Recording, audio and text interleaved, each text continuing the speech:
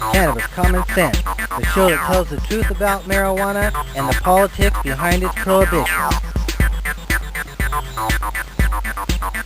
Hey, welcome to another exciting edition of Cannabis Common Sense. We have a pretty good show for you tonight. Right next to me, Mr. Eric Llewellyn is back to co-host. Hey, Eric.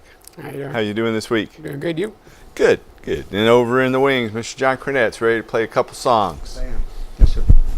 And let's see. There, I'll comb my hair on the air. You never see Tom Brokaw do that, or whoever it is these days. Katie Couric, she would never do that. But, you know, we're low budget, what can I say?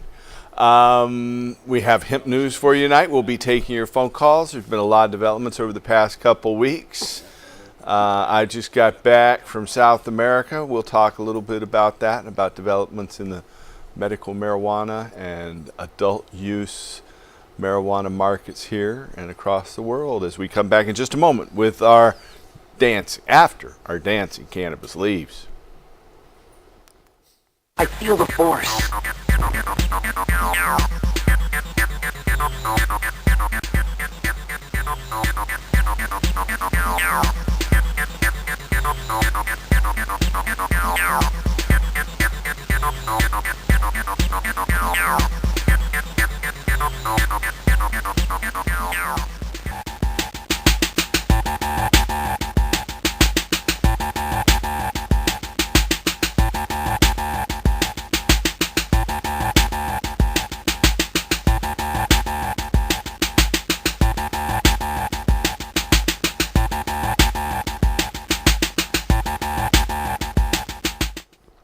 Tonight's first story is from Lansing, Michigan. Proponents of a voter initiative effort to legalize and regulate the personal use and retail sale of cannabis in the great state of Michigan have turned in more than 360,000 signatures in an effort to qualify the measure for the November 2018 ballot.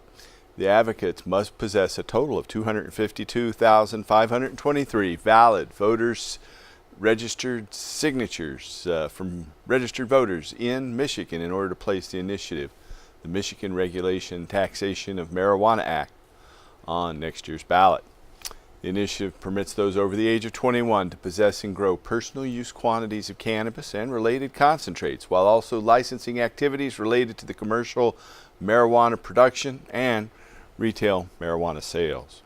Proponents of the effort, the Coalition to Regulate Marijuana Like Alcohol, include members of the Marijuana Policy Project, the ACLU of Michigan, the National Patients' Rights Association, Michigan NORML, the Drug Policy Alliance, Michigan Legalize, the Michigan Cannabis Coalition, and lawyers from the State Bar of Michigan. Marijuana Law Section. Advocates sought to place a similar measure on the Michigan ballot in 2016. That effort ultimately turned back when lawmakers imposed and the courts upheld new rules limiting the time frame during which signatures could be collected. Marijuana law reform advocates are presently gathering signatures for voter-initiated efforts in Missouri and Utah. Proponents of a medical marijuana initiative in South Dakota have turned in their signatures and are awaiting a review by the South Dakota Secretary of State's office. The statewide initiative legalizing the use of medical marijuana in Oklahoma has already qualified for the 2018 electoral ballot. And Oklahoma is just about the worst state for marijuana policy. A little bit of marijuana will get you put away for a long, long time in Oklahoma, so it would be good to see medical marijuana legalized there, that's for sure. Up north, in the Great White North in Ottawa, Canada, their federal capital, members of the House of Commons voted 200 to 82 to approve legislation that seeks to legalize and regulate the adult use cannabis market. Liberal Party members, including Prime Minister Justin Trudeau, back the measure, which now faces debate in the Senate, where several members have threatened to delay passing the bill. The Cannabis Act, Bill C-45, amends the Canadian Federal Drug Control and Substances Act so that those over the age of 18 may legally possess, purchase, and grow personal use quantities of cannabis.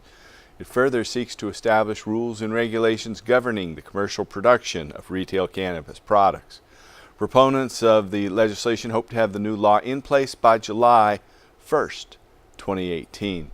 Health Canada is presently seeking public feedback regarding the regulations.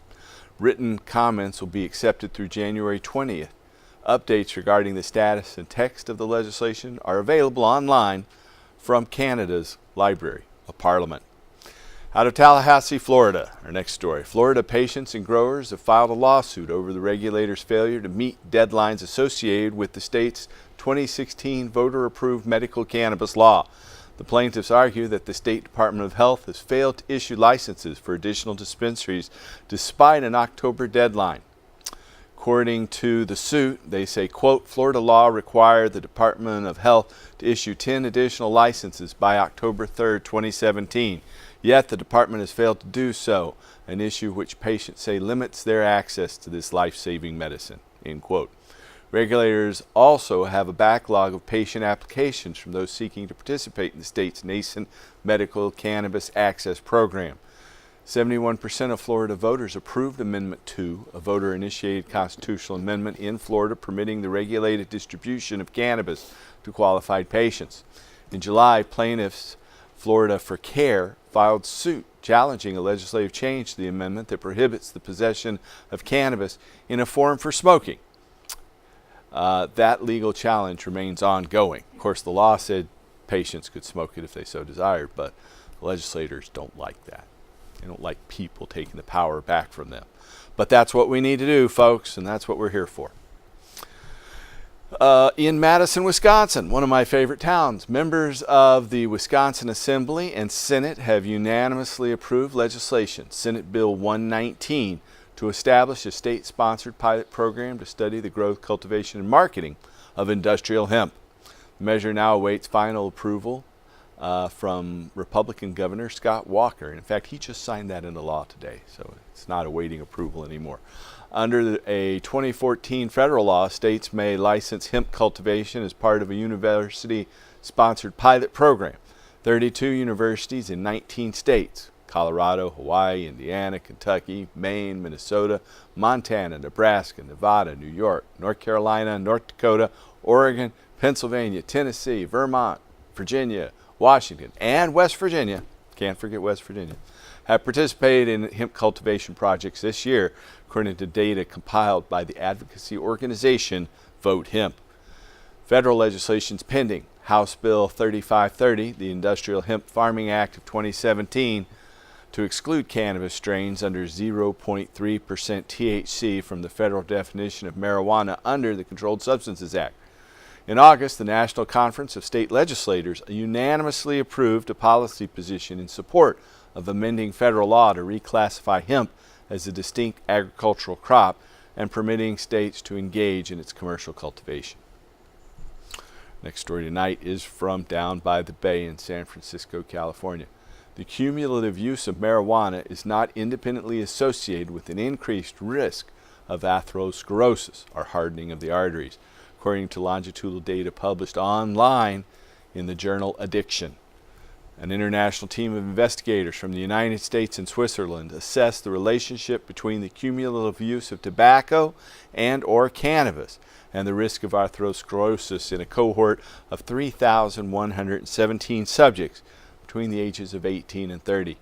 The authors reported that among participants who never smoked tobacco, cumulative marijuana years were not associated with abdominal artery calcium, or CAC, coronary artery calcium.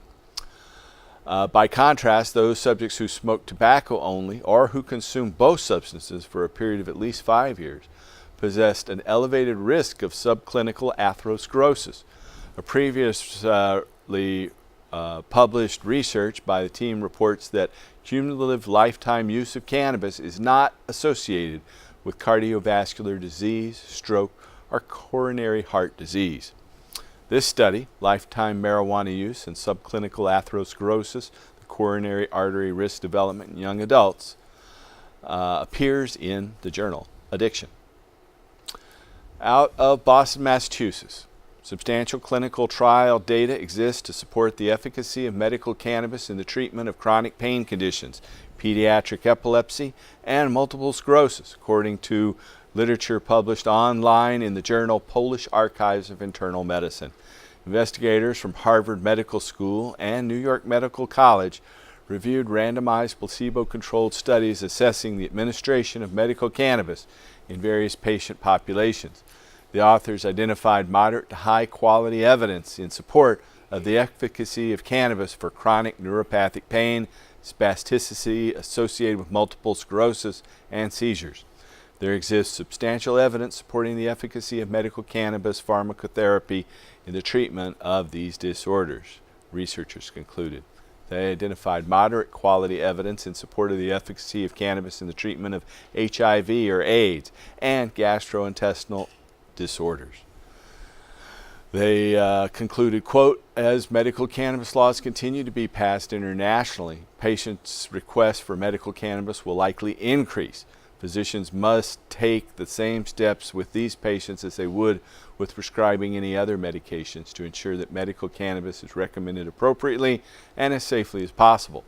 Cannabis is often used for recreational purposes, but this should not affect how physicians view data collected on its efficacy at treating certain medical conditions. End quote. This study, Medical Cannabis for the Treatment of Chronic Pain and Other Disorders, Misconceptions and Facts, appears in the Polish Archives of Internal Medicine. Out of Albuquerque, New Mexico, our next story talks about chronic pain patients are enrolled in statewide medical cannabis access programs are significantly more likely to either reduce or cease their use of opioids as compared to non-enrolled patients suffering from similar pain conditions, according to data published online in the journal PLOS1, that's PLOS 1. A team of investigators at the University of New Mexico assessed opioid prescription use patterns over a 21-month period in 37 pain patients enrolled in New Mexico's medical cannabis program versus 29 non-enrolled patients. Compared to non-users, medical cannabis enrollees were more likely to either reduce daily opioid prescription dosages between the beginning and the end of the sample, about 83% versus 44%, or to cease filling opioid prescriptions altogether, about 40.5%. The enrollees were also more likely to report an improved quality of life.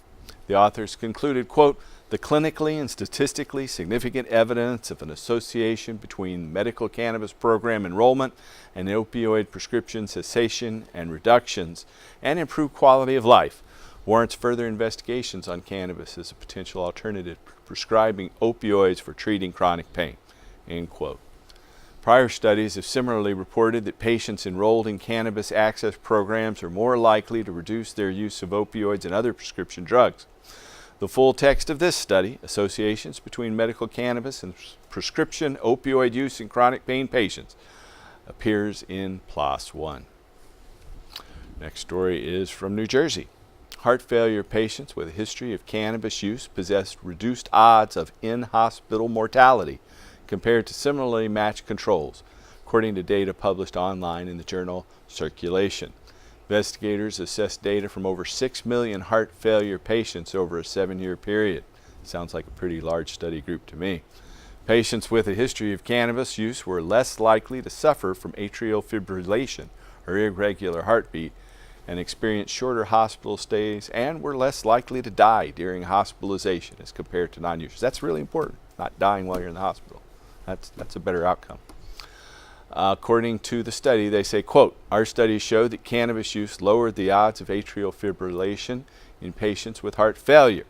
There was also reduced in-hospital mortality among patients admitted for the primary diagnosis of heart failure in cannabis-dependent users and non-dependent users, which was not explained by comorbid conditions and demographic data. This study provides important opportunity to explore the preventive mechanism of cannabis on atrial fibrillation and its therapeutic potential in heart failure patients. Prior studies have similarly reported increased survival rates among marijuana-positive patients hospitalized for trauma, traumatic brain injury, and heart attacks. This study, among patients with heart failure, cannabis is associated with reduced occurrence of atrial fibrillation and in-hospital mortality. Evidence from the nationwide survey from 2007 to 2014. And that's the end of our Hemp News segment tonight. Mr. John Cornett is standing by, ready to play some music. Hey, welcome back, Yes, John. sir, How are I you am. feeling this week? Oh, I've been okay, Paul. Good. did have a little bit of recovery going on there, but very good though. What's that state you said is still behind the scenes here? Oklahoma is. Right Oh now? yeah, Oklahoma. You do not want to get caught for That adult breaks use my heart, brother. cannabis in Oklahoma. It's Trust right me. next door to where I grew up in Texas. Anyway, Yeah, I'd like to we dedicate both. this song to the people of Oklahoma and to the legislature there who can't seem to see the truth here. We need to start looking for the truth, folks. This goes out to Oklahoma.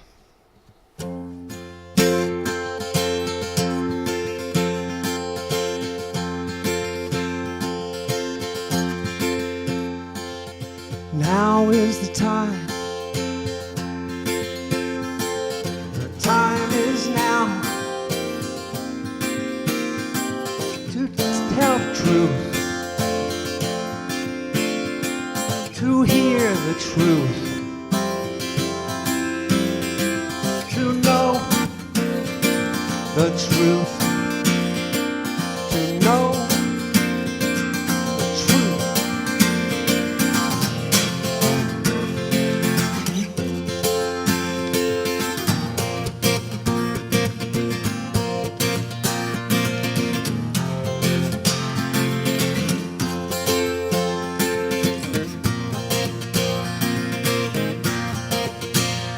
Oh, blessed lies and fantasies isn't how it has to be. And ignorance throwing stone like so many brainless clones. Sound the alarm, re-educate. Sound the alarm, investigate. Now is the time for the truth. Whoa, whoa, that's right. Now is the time. Whoa, whoa.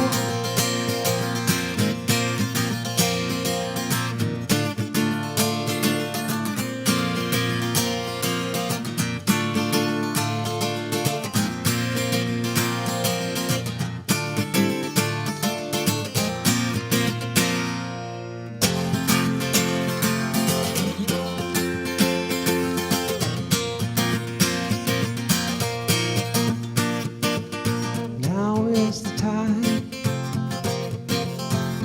Whoa, whoa. Now is the time. Whoa, whoa. Sound the alarm, investigate. Sound the alarm, re-educate, re-educate. Now is the time for the truth. Whoa, whoa, whoa. Now is the time.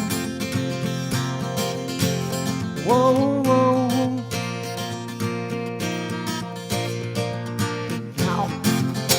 Now's the time. Thank you, John. I love that song. Another great version of it. We'll have John back here at the end of the show. Go out on one more great song. Hey brother? there, how you doing, Eric? Doing good. How you doing? Good, good. Good to have you back Nice. here. Good to have you back. How was Hey, your trip? it was a good trip. I got to go down and speak at the second Expo MediWeed in Medellin, Colombia. I went there last year and had a pretty good trip. They invited me back. They've already invited me back for 2018, so we'll Nice. see how it goes. I also got invited back to be the keynote speaker at the Hemp Environmental Forum in Quebec next July. So I have a few other things. I can go on with these also for a little Let's while. do it. Got invited to come speak at Cannabis, which is the largest cannabis fair in Europe. It's held in Barcelona. That's next April. And also in April, I've agreed to be the foreign speaker for the first annual Southeast Asian Hemp Education Day on April 28th and 29th in Jakarta, Indonesia. Wow. Jakarta, Indonesia. I think the people who were there saw me at last year's Kyoto Hemp Environmental Hemp Forum. And in fact, the one in Quebec is associated with one that happened in Kyoto last year. So they're trying to put on one every other year. So that's all I'll go on about that. But it's fun to get invited. I'm not getting invited to a lot of domestic things, but I am invited to a lot of these overseas You're things. spreading I must that be word. doing something You're right. getting that word out. That's, They're, I'm inspiring them at least. Very so inspiring. We'll see how it goes. That's right. A lot of the things here domestically are so commercial. You know, I went 2 weeks ago. I went to the Las Vegas Marijuana Business Conference, and there were 19,000 people who paid $1,000 Heard that was to huge. go in the doors, and there were 678 booths. That's it. Yeah. And it just filled up this massive floor on the Las Vegas Convention Center. And I've been in several convention centers, but I'll tell you, the one in Las Vegas is huge. It is just huge. I managed to get up in the rafters and get a shot across the floor. And it looks pretty full, but I only got about a quarter of the floor there. Somebody said a walkthrough was about 45 minutes. Yeah. Just to I don't think it's more than that. Yeah. I mean, that's if you're just going Straight, up. yeah, straight There through. were 36 rows of booths and 678 booths. So I don't see how you could see 678 booths in 45 minutes, no. you know, but I tried some. You know what? We are taking live phone calls tonight, so if you have a question for us, you can call us at 503-673-8579. That's 503-673-8579. We also have a live studio audience here, and people are welcome to come down any week that we're doing a live show.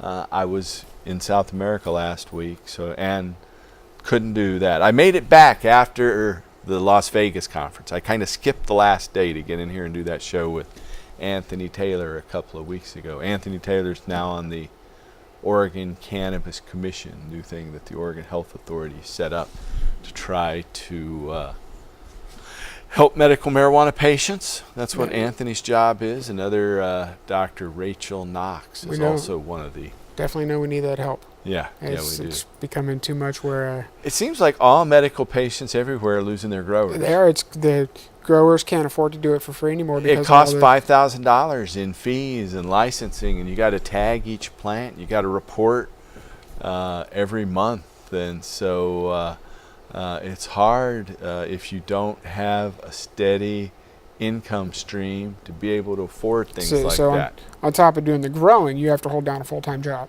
Yeah, is what they're expecting, and because a lot of these growers, they'll give you your patients free medicine. I mean, you've given away tons of free medicine. How much have I given you? Oh gosh, in the 8 years you've been my grower, I would say at least a good 30 pounds at least. Anytime I ever needed it all, just hit you up, and boom, there it was. So I'm hoping to build out a Tier 2 recreational cannabis garden next year, and I'm hoping that we can take on a lot of medical patients and see how that works out. Under the new rules, the grower has to give away 75% of their medical marijuana. I've given away 100% of it for 15 years now, so giving away 75% is no problem. That's right? easy for you, right? Exactly. Yeah, and we'll see how everything works out. You've helped a lot of people. Thank you. Yeah, Thank you. I'm glad to be able to do it. It's a real blessing for me, for the patients, and I've helped a lot of people in their illnesses and in their dying days. I've had several patients that the last thing they ever did was bring me their medical marijuana card. Yeah, you made them comfortable. It's a blessing to be able to help people, that's for sure. That's what it's all about, right? That's what we do it for. Exactly. So if you folks out there have a question or comment about ending marijuana prohibition, which has happened here in Oregon and Washington, now in California soon to be, or about industrial hemp or medical marijuana, well, this is a show to call in. I think we're at about show 910 here. We're over 21 years on the air, and if you have we got this phone number up. It's not the best operating phone, but if you have a question for us, you can call us at 503-673-8579. That's 503-673-8579. And so how has your week been here? I was in a wreck a while back, so I've been laying low. I've been in a lot of pain lately. But just basically Still dealing with that recovery. Still I know dealing you with that, came yeah. close to death's door there. You bled out in this.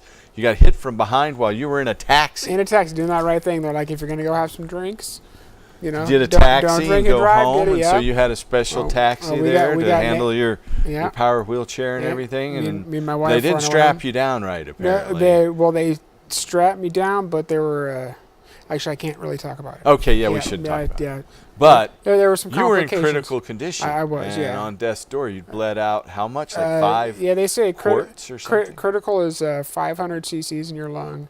They drained 800 from my lungs twice. Uh-huh. I punctured my left lung and broke my back at my T9, T10.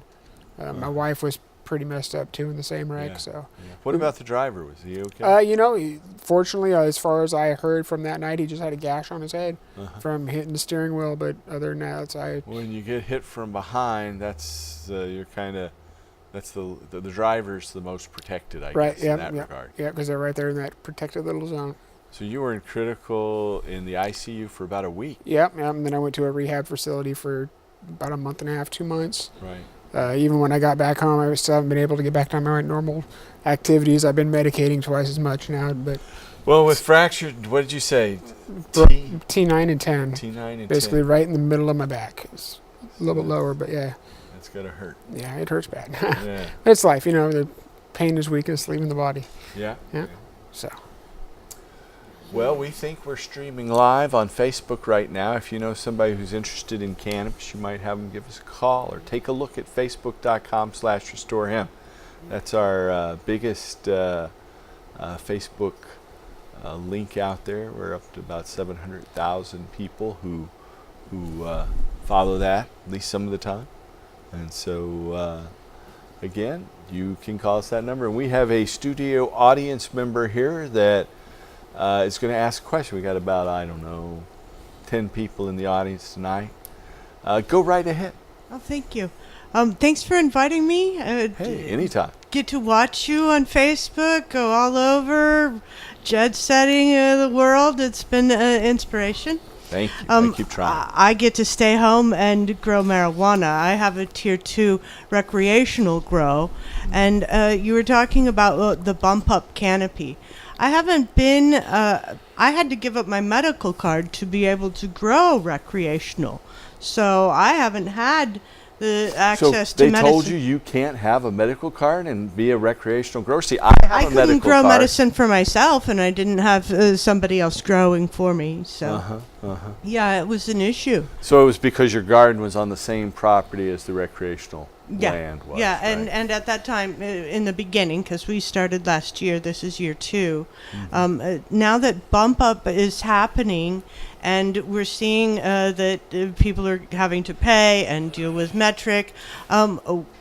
What is happening with recreational and That medical getting bump up, together? my understanding, after having Anthony Taylor on here a couple weeks ago, Anthony Taylor is a longtime activist who has been lobbying the legislature on behalf of medical patients. Anyway, he says that you can grow 10% more if you have the medical bump up. But you have to give away 75% of that 10% more. So if you have a tier 2 Hallelujah. license and you're growing 40,000 square feet of canopy, then you could grow 4,000 more. Wow, excellent. Thank Yeah. you. Yeah, because one of the things that, was so difficult for me as a grower and somebody who'd done medical and worked in medical dispensaries is that access for patients. Yeah. So I myself, got off opiates because of it. I've got so many other friends that are working on it. Hopefully I can, inspire others. Because it's just such a much It's wonderful better. medicine, just like our news pointed Choice. out, on many different, from atherosclerosis and heart disease to chronic pain and addiction issues. I have a Parkinson's patients. I have cancer patients. I've got MS patients. Yeah, it matters. Yeah, So, it matters a lot. It's very, very important. It's a true thank you. story. All right, well, thanks for your question, or comment. But we are taking your calls live tonight. If you have a question for us, you can call us at 503-673-8579. That's 503-673-8579. And I think we have a caller ready to go. Welcome to the show, caller. Hi, Paul. Hey there. I've got a question. I live in Texas, and we have a very repressive government when it comes to cannabis. You're kind of fuzzy there. Now go back again and start. So you said you're in Texas? Yeah, I live in Texas. I am a Texan myself by birth. Unfortunately, I haven't been able to leave. Uh-huh. I lived in Dallas until I was 15. Oh, cool. Yeah. Garland, actually. Okay. Suburb. Yeah, the Big D and all Yeah. the little satellite cities. Uh-huh.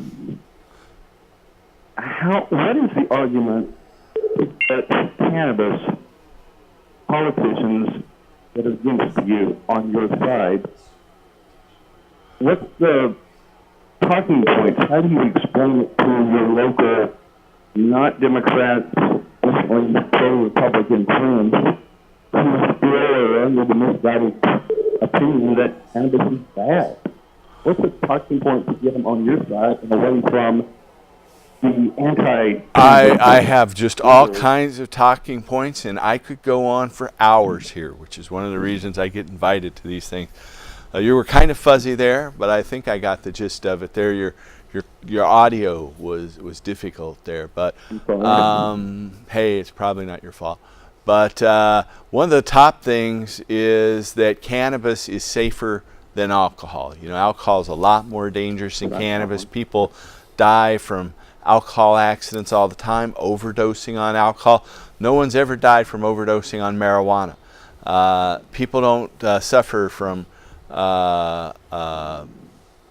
brain disorders from cannabis that they do with alcohol. So that's one point. Another one is cannabis is the most productive crop. It makes more fuel, fiber, protein, and medicine than any other plant. It makes more fiber from its stems than any other plant. It makes more protein from its seeds than any other plant. It makes more oil like this. And here's some fiber, and here's the wick, and here's a little bit more oil, and here's some hempcrete. It makes all of these products from the fiber, from the seed, and then it makes more food and protein than any other plant. Also, it is the oldest crop. It's been cultivated for over 12,000 years. By 12,000 years ago, its cultivation had already spread from Central Asia to Italy and the Mediterranean basin. And in fact, it's probably the reason humans invented agriculture. And most of the civilizations that domesticated animals were hemp cultivating civilizations. So civilization itself sprung from cannabis cultivation. But it's a safer substance, and it's really an issue of freedom, and freedom of thought, freedom of happiness. And people shouldn't go to jail for something that doesn't hurt anyone else. So those are the basic points in a nutshell. Can you think of any others, Eric? No, I think you Did I cover yeah, most you of got them? more. Yeah. Okay. Thanks for calling in from Texas. It's always good to hear from my old home state. In fact, I was just in Houston for about 3 hours just this morning as I was coming back from that speaking gig in South America. Yes, you were. Well, you guys have a great Christmas holiday. Thank you. You too. Happy holidays. Merry Christmas. Happy Hanukkah. Kwanzaa. Whatever it is you believe. Happy New Year too. Thanks. And we have Judy here in the studio at the microphone. Go ahead, Judy. Hey guys, great to see you tonight. Hey, you Okay, too. so tonight's question, I don't know if you had seen, I think you've talked about this before, this NPR story that's from November 30th about rare and mysterious vomiting illness linked to heavy marijuana use is the title of the article. And what they're talking And about, where is that? NPR. NPR. Yep. And That's it's sad. cannabinoid hyperemesis syndrome. Eric's You've heard of going- it? Eric's Just- going, yeah. just heard And of it. I have I'm not wondering- heard this. I guess it was Yeah. November 30th. I was November out thir- of the yeah, country. You're out of the and- country, and I didn't just know. got But I back thought you and- had talked about this once. I just want to say, because I want to hear what you guys have to say. Two things. Well, Number first one, of all, it's the exact opposite of reality. Cannabis It stops stops all nausea nausea. and has been used, it's prescribed for patients who are undergoing chemotherapy. So it's one of the very first things that was recognized by the traditional medical establishment was that cannabis controls nausea and is an antiemetic, stops nausea. Well, according to this article, how can NPR pick up on such obvious lying propaganda? I can't get that. According to this article, is a subset of our heavier marijuana smokers who developed this, but I did not see any actual research or studies attached to any information when I looked for it. I did find a lot of medical gobbledygook, but what I also found were statements like, I have seen in 2004 in Australia is when it was first noted, but it was because they correlated it to the uptick in the abuse, and I'm in quotes, abuse of cannabis because of the change in laws. And so they put 2 and 2 together supposedly to come up with 25 or something. Well, I think one thing you can say is if someone eats a lot of cannabis, they might become nauseous. I have seen that happen to some people. It doesn't happen to me. I've got a cast iron gut, which is how I got this big. But I have not. So I have seen some people who eat a large dose of cannabis that makes them very, very high get nauseous. But by and large, it stops nausea. And I feel that's what they're going for. I feel that it's the propaganda. They're taking those cases and trying to blow them up into something to where it makes everybody look bad on it. Yeah, that's exactly those what they're doing. anti-marijuana groups are just looking for any little thing. And it used to be everyone believed that stuff, but no more. I think we have another caller. Welcome to the show, caller. Hello, caller. Put some money on your GoFundMe account and didn't want to seem to take it. I wondered what's up. Do you know that? I do not know. I will have to check into that, and I will. I think I'm supposed to go in there and take money out, and I had some warning to take money out before January, so maybe that's it. I have to go and take the money that's been donated out. But I will. And I appreciate you trying to do that. Straighten out, okay? All right. Take care. Hey, thanks for letting me know. I didn't realize that was an issue, but I appreciate that. So you were giving money to help this banner is turned around here. And if you haven't seen our show before, we've turned it around because an Israeli-Canadian oil company called Adira Energy, that's A-D-I-R-A, Adira Energy, has come in and stolen 270,000 patients' medical records. I founded the Hemp and Cannabis Foundation, and that's what this banner that's turned around actually says. But they got a bizarre court order saying, even though I am the president of the Hemp and Cannabis Foundation and THCF, an Oregon nonprofit corporation, they have got an order claiming that they purchased that, though they never paid a penny for it. So it just shows that people that have money and lawyers can steal anything from people who don't. And so, but in the end, they think I will give up, but I will not. And we will eventually prevail and be able to turn this banner back around. I look forward to that day. Okay. How has this affected you, Eric? I know you have had, you've been a medical patient of mine. These people have come in and stolen everything from our clinic and tried to just take me out. Our gardens, everything that we've had that's been helping us out, Right. And they're making a dime off our backs. Yep, and never paying us a penny, just by lying and lawyers. And so I spent $150,000 on lawyers, but they spent 10 times that. And so that's what it comes down to. I want to say from me and all your other patients, we appreciate your fight, though. I appreciate that. And obviously this fellow who is going to make a donation has, and I've got to go in there and I haven't really publicized the GoFundMe thing much, but it's out there. Well, but we appreciate when I all do, you. We're going to make a big push with it. Right. We have a video. I just got to hang out with my friend from here in Portland, Jorge Cervantes, who's written many books about marijuana, including marijuana horticulture and the new Cannabis encyclopedia. And he's been making a series of videos that he's kind enough to let us use. And he toured down in Southern Oregon at the So Fresh Farms. And here's a video he made there. We'll be right back.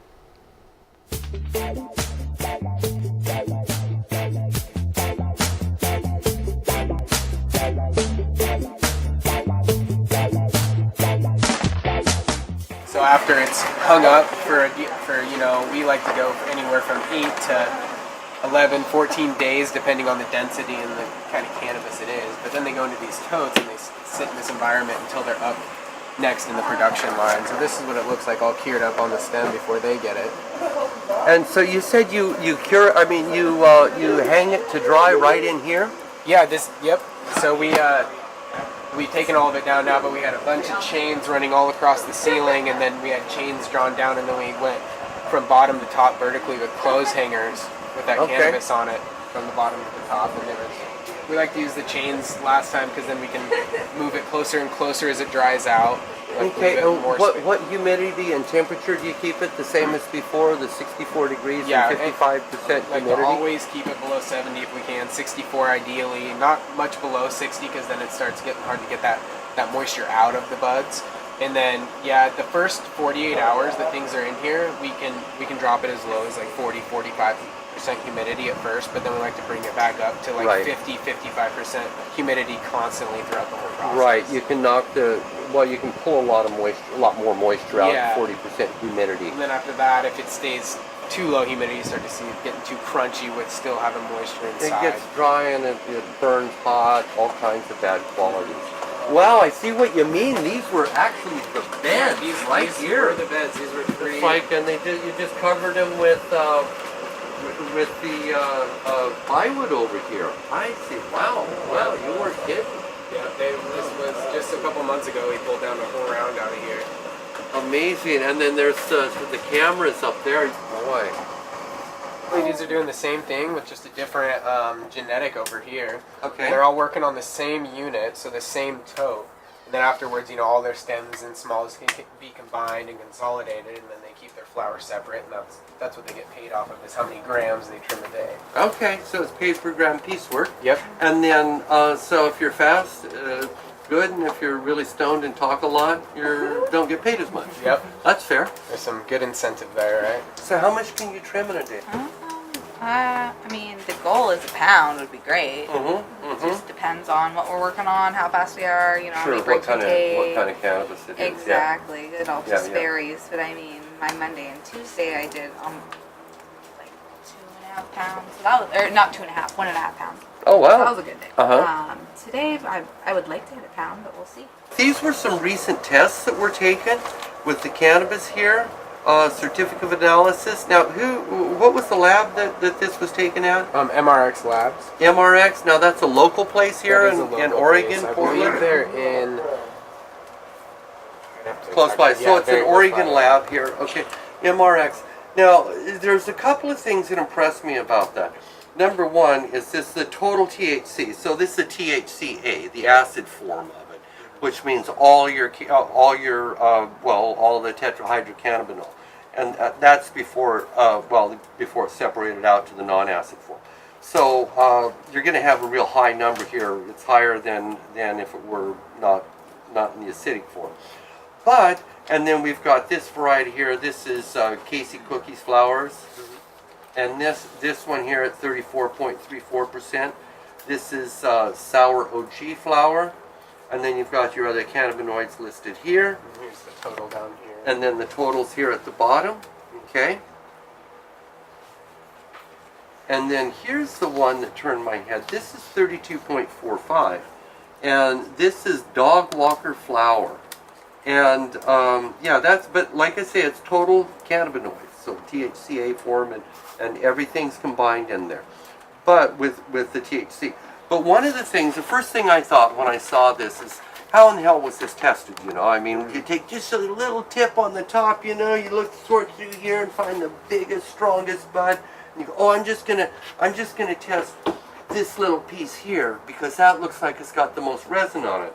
How was it tested? How did they... Yeah, so when they come out for testing, they take the whole tote of finished flower, which I can show you guys in a little bit. So a whole one of these? A whole one of these, but it's after it's processed and trimmed. Okay, and so it looks like this. It looks like that, but it's in one of these totes. Okay. And then, depending on size, depends on how much they actually take. But they come in and they have a mathematical diagram that they use, and they take from different points in the tote all over. So okay, so they take one from here, one from down there, little samples all over the place, yep, right? Big, little, it's completely at random. Okay. So there's no, it's indiscretionary. Okay, it's random. Yep. That's the thing. Okay, and then what do they do with that? Because usually you just test a little bit of that. And then they take it back to the lab, and I know that they grind it all up and run it through their machines, but okay, I don't know. They grind it all up, and so they take, because normally they take less than a gram, and then test that. So they aggregate everything that's in here. That's the key word. They aggregate, mix it all in, so you get a representative sample of everything in there. And they test for pesticides, water activity, and of course potency. Potency, okay, and cannabinoid profile. Okay, one of the things that just recently happened was in California. They did a test to see how many plants had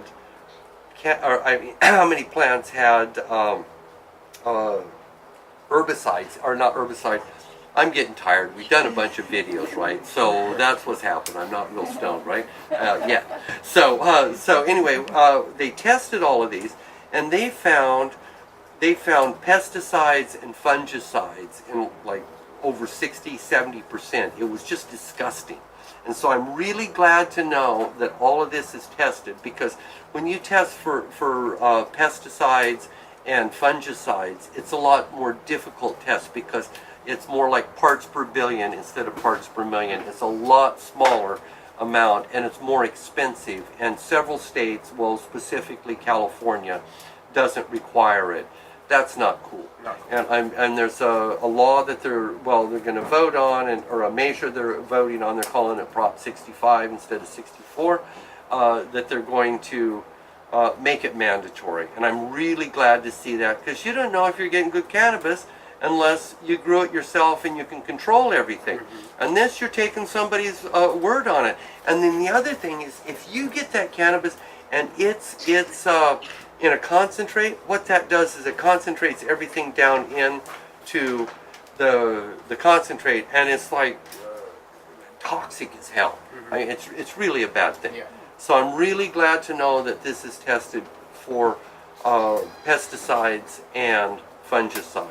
It's a real good deal. So, and then also, this is incredible, because, I love the way it's being tested. It's not, and you can only run this through once, right? Yeah, you can get only once for pesticides. Okay. You can get a retest for potency after yours comes back. If you think that it's too low and it should have been higher, you can pay to have another potency. Okay, that's fair, but the pesticides, no. No, if it fails, it fails. Okay, and if so it what? passes, obviously, hopefully you're okay. You're okay. So what happens to the cannabis that fails? If it fails, I believe it immediately gets locked up in all the systems, and it gets locked up over there, and there is the ODA then takes over, and they can come out and watch you burn all of your products. You can throw it in a pile and burn it in front of them. They'll stand right there. So Yeah. 500 pounds that failed, they'll sit right there. While you So let they it throw fire. the bad cannabis in jail, and then they make you burn it, and you can't do anything about it. They're all watching you. That's worse than going to jail yourself, man. You just put all that time in there. Well, I love it. Hey, this is great. Everything's provisional. It's a lot of construction going on here. It's going on out there. Hey, great. Thank you so much. We're here at the farm, So Fresh Farms in Canby, Oregon. We'll see you guys later, and thanks so much, Baden, and thanks, girls. This is lovely. Thank you. Thank you, Maria.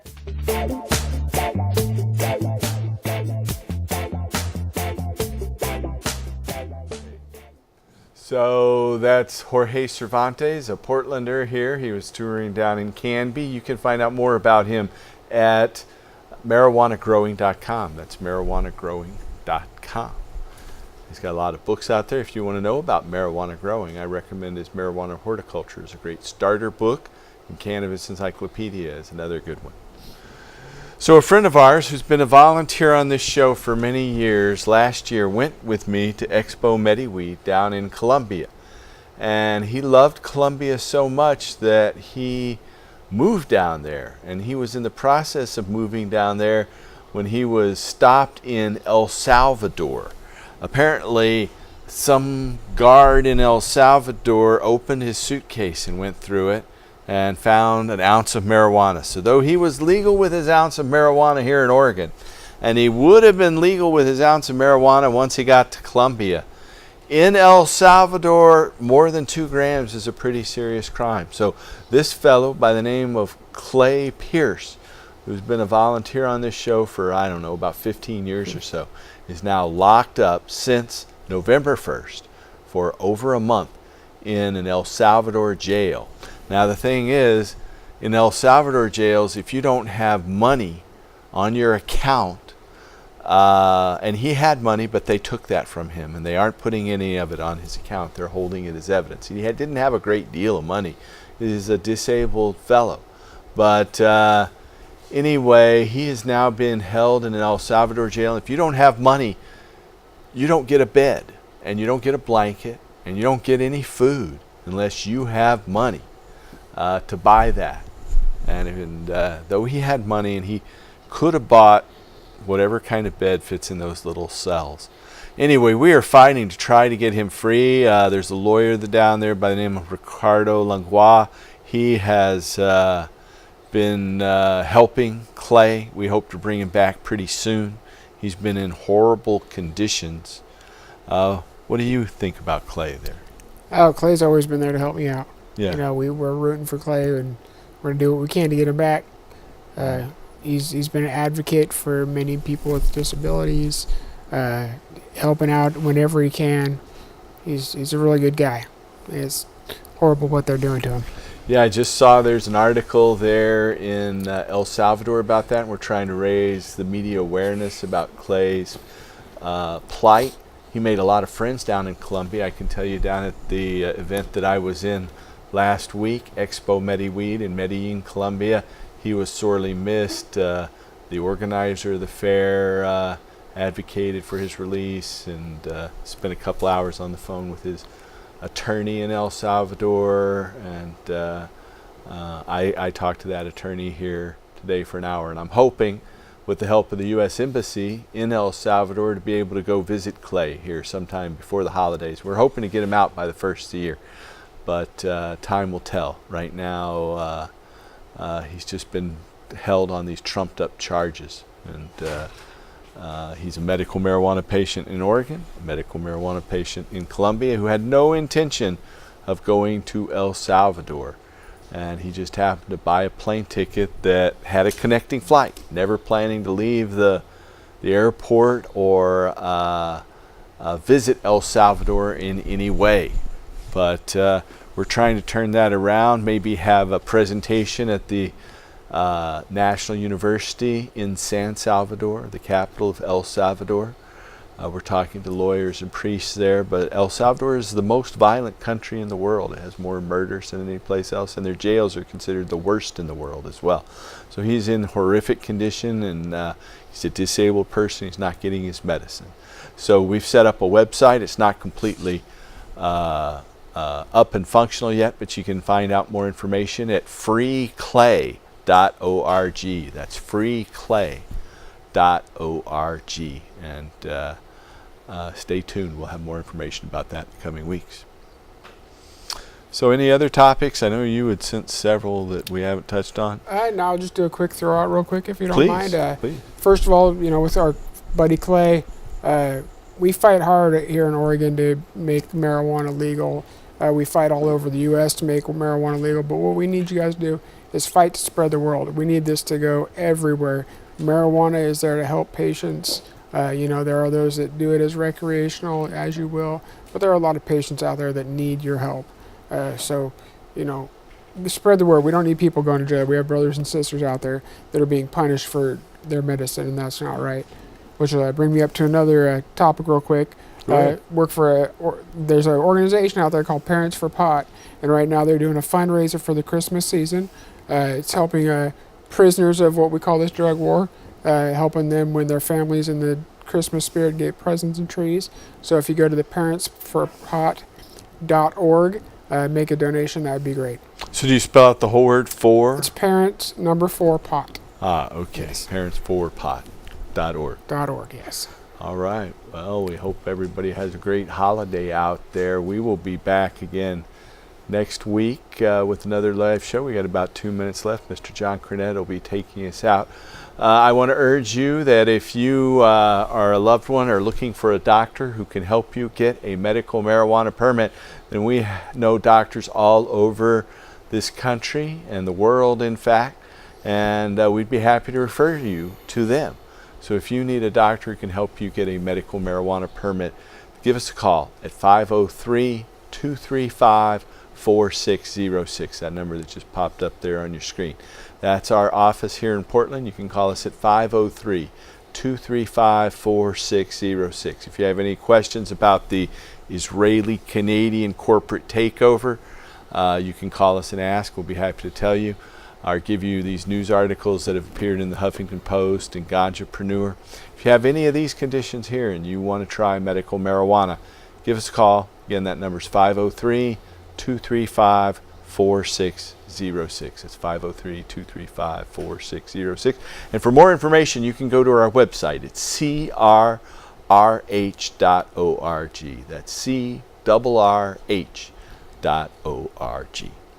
Anything you want to say in closing there, Eric? I think we're good. I got it all covered. Okay, I think we do too. Thank you, Eric. seeing you. Mr. Eric Llewellyn.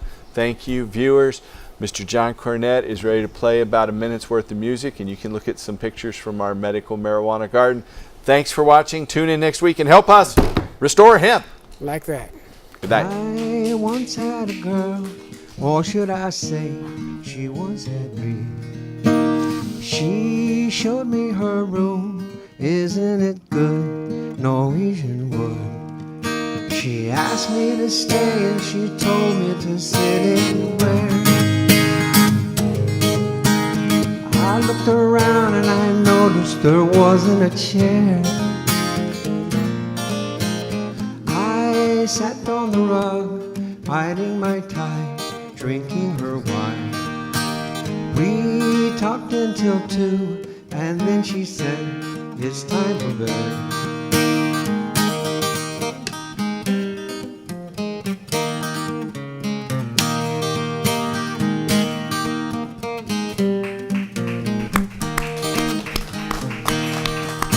She told me she worked in the morning, started to laugh.